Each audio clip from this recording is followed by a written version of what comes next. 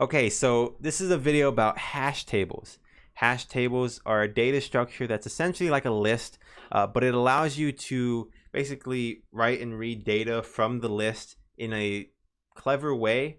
It's kind of you could basically use names or any text to identify the values or the data, and the text, the identifier is the keys, and then the values are the values.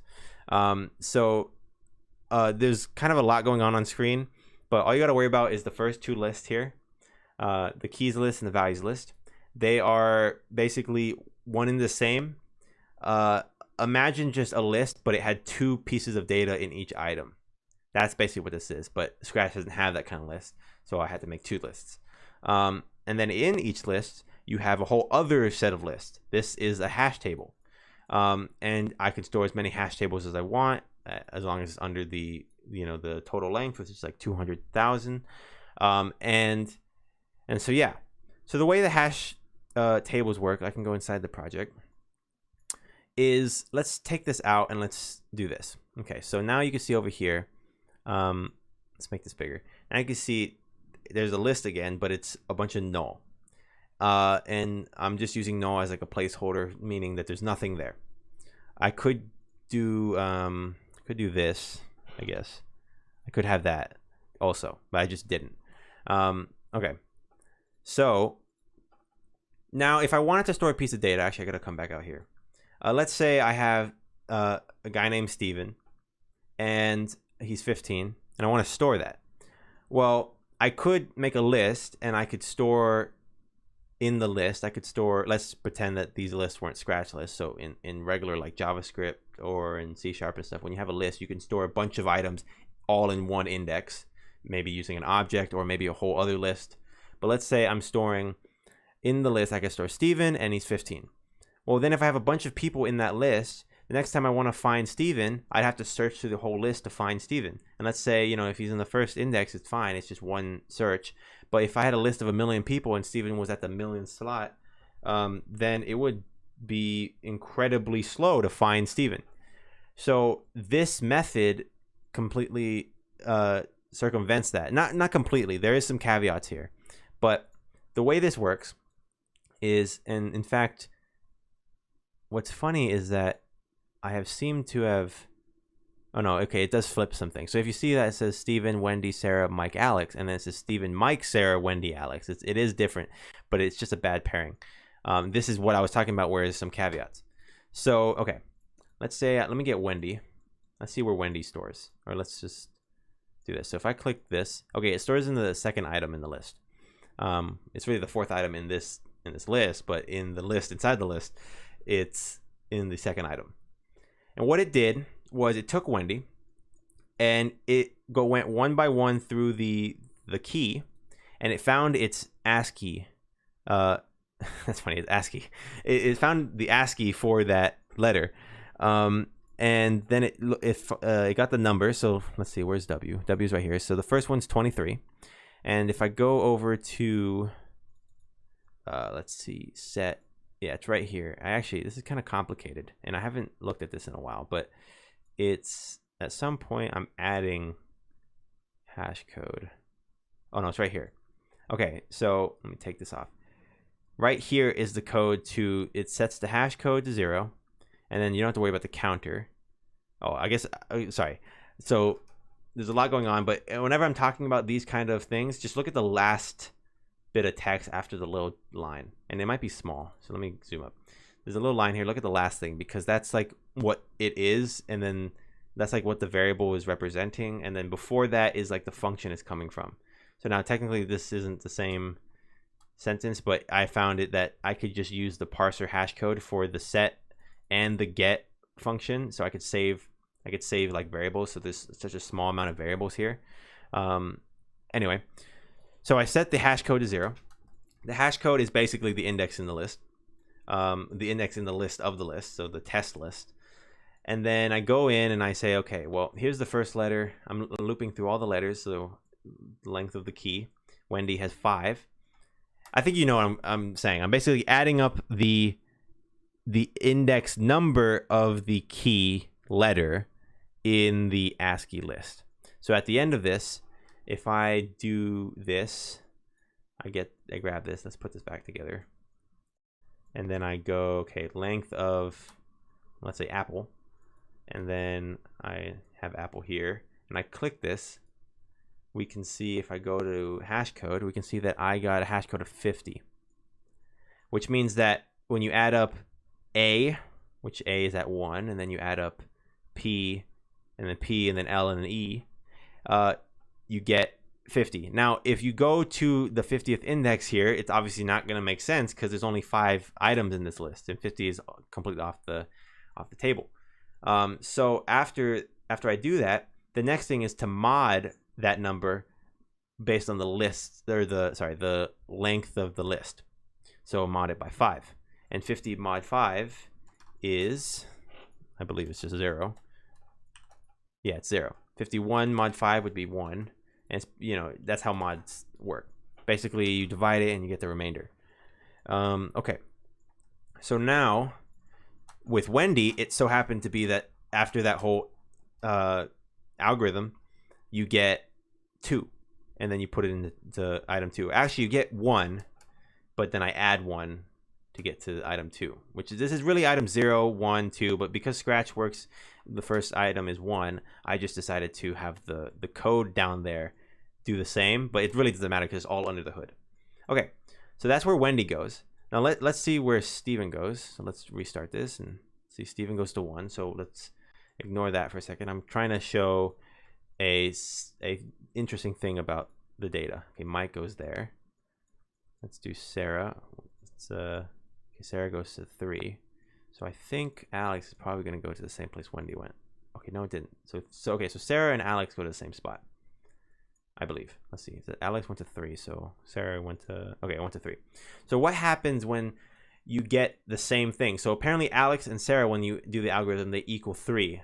And if I run Alex, you're going to see it's going to go to the item 6. It's the 4th item in the list, but it's going to go to item 6. And that's because the way I have it working, this is called, I believe this is called linear probing. And linear probing is basically, if you get to a spot that already has a value, and the way you check that is that if you check if the key is called null, unless you, so I should, as a disclaimer, I should say never set a key called null, because, and it doesn't matter with the capitals, because that's not gonna, you see how it set null to 19, it set this one 19 because apparently null goes there, but it's still null. You get what I'm saying? So okay, let's go back. And so after Sarah gets to item 3, I just go in, and after it found that it's item 3, there's something there, I go to the next one, all the way down the list. And if there was no room all the way down the list, I stored 3 in a different variable. And I just realized I call it chain. I used to think that it was called chaining, but it's actually linear probing. So let me change that. Okay, so yeah, so I remember where the linear probing started, which was at 5, or which was at 3, index 5, but it's at 3. And I think this does actually store index 5. Oh no, it stores index 2. Anyway, and then after I go down the list, there's no more room. I go up to the top and go all the way back to that spot. If I couldn't find anywhere for the item to go into the list, I just don't put it anywhere. And this in the hash code gets turned to no room instead of like a number. So I'll show that in a second, or like right now. So let's put this all back. Let's get this function out of there. It's a different function. So they all fit. But if I have one more item, and let's say this is, I don't know, Todd, and it doesn't matter. Let's say he's not even born yet. Or I guess you could be age 0, year 0. You're not 1 yet until you get to your first birthday. But okay, if I put this here, boom, it didn't do anything and it said no room. So this has anything with the omega sign in front of it is just so that if you use this for your own project in Scratch, these get put down to the very bottom because you're never going to really need them. Except when this happens, you might want to have a checker, something to check if the list is full. You'll get a no room. This will turn into no room, and you could check if that's no room when you need to. Other than that, it works fine. So, okay. So, one of the examples that I could use that might be kind of obscure to most people is to explain why this is useful is like having chunks in a procedurally generated game. So I've been working, well, technically I've been working for years on this concept game called Medieval Craft. I might still make a better name for it, but I thought of it when I was younger, and obviously there was a huge Minecraft thing. Everything was called something craft. But Medieval Craft is basically a procedural generated game that's a top-down. It's basically, imagine top-down Minecraft. But I had a vision of making it like way more like what's the word? Magical, roguelike, mages, spells, potions. Well, Minecraft has potions, but things like that. And the world would work a lot like a sand. Well, Minecraft's a sandbox game. Like it's hard to explain. The blocks would interact with other blocks next to them in these really weird ways. So kind of how fire like burns down wood and trees in Minecraft, but there'd be so many more things that would happen. Anyway, so let's say I was making a game like that, and there's a list of chunks that I have to look through because I'm loading these chunks, and I need to store them in a list. But the problem with storing them in a list, oh wait, okay, actually, never mind. I just realized that there's something I also need to talk about when it comes to what happens if you want to deal with the list being too big. You can actually recalculate the list at a bigger size when you have to add more things into it. Anyway, so you got a bunch of chunks, and the identifier could be, and so don't mind that it's a multiply. I could just use a dash or whatever.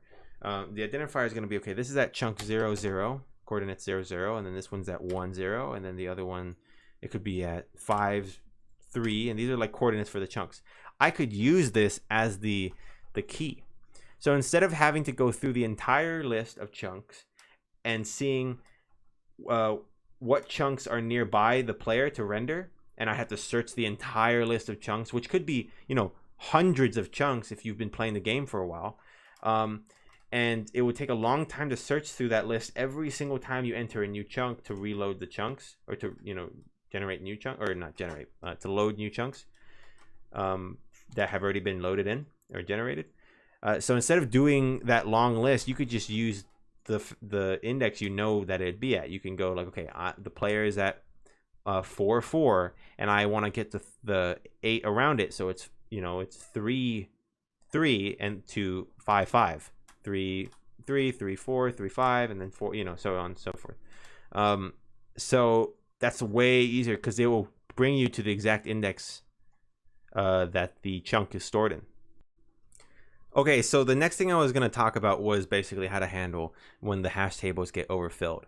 You can basically, so before I say how to do that, the reason you need to do what I'm about to say is because all these items are stored in where they're going to go based on, well, one, their ASCII, but also the mod of the list size. So when you ever change the hash table size, so when you ever change the hash table size, where they would have gone would be different now. So that's why what you have to do is when you change the size of the hash table, you have to take everything out of that hash table, put it into some other list, change the size of it, which in this specific case, you would just insert like more nulls and then change these two numbers. And you'd be able to do that by using the find. You'd find the test, it would be this. So this variable, which I didn't mean to run the whole code again. This variable is where that test list was in the big list, which is at 1, and then that it's okay. Test plus 1. Let's do this. Obviously, it's going to be 2, and then the item at 2 is, you guessed it, it is 5, and then so that's where you do 5 plus 1, which is 6, and then you could replace 2 with the 5, and then you use 5 to go down 5, and then change this one. Anyway, okay, so that's how you change the list, and then you have to go through the list and re-put them in. Now, there's another thing I was trying to explain earlier, but I'm definitely cut it out already. Well, I'm talking like I've recorded it already, or I'm editing it. I have recorded it already. I've deleted it, but I haven't edited yet. But I haven't needed to edit it out yet because there is no footage anymore because it's already deleted. Okay, so imagine you have this list. You have amount of data and you have the get data time. So you have a big list. So not hash table. You have a big list of items, and you want to find a specific piece of data in that list. Well, that could take. So it could look something like this. So the more items you have, the longer it takes to find. This would involve it just so happened to be that you're retrieving the last piece of data in the list. But what if you got lucky and it was the first piece of data in the list? Well, then you would have to see something like this. So basically this range, everything inside here is how long it would take based on the amount of data. So as you can see, the more data you get, the more chances it is to take the longer, because you can have a chance of finding it at the end of the list, or you can have a chance of finding it at the beginning of the list. Now, hash tables are similar, except, which I can just redo this part, except this cone, it's not linear. There is a much more chance to find it first try, second try. Actually, it looks something like this. If I can, oh, I didn't mean to put that line like that. Let me do this, and let me do this. I think you can kind of get what I'm trying to do here. And in fact, let me make it smaller. I can do it like this. So I can do halfway, and then halfway from that, then halfway from that, and halfway from that. And these lines are representing like the density of which you'll expect to see over time. I can't get this last one in there. So you're expected to find the item, you know, with one calculation or two calculations or three calculations, but less and less and less. It's probably going to be pretty rare if you have to look through the entire list to find it, because that would mean that the whole list was filled already. And well, actually, if you're working with data that you just put into the list, then you'd probably have more. You expect it to be harder to find. But anyway, okay. So maybe it equals out, maybe, but you could do testing on that. Well, I could do testing on that. I could show you, but I'm not gonna. Anyway, okay. So that's basically it, and I'm gonna delete all this stuff so that the project is cleared, and it is shared, so you can go and check it out on my, not here, but on right here. You'll see this. And yeah, so thank you for watching, and I definitely hope you enjoyed it. It's fun to record, and I hope it was fun to watch.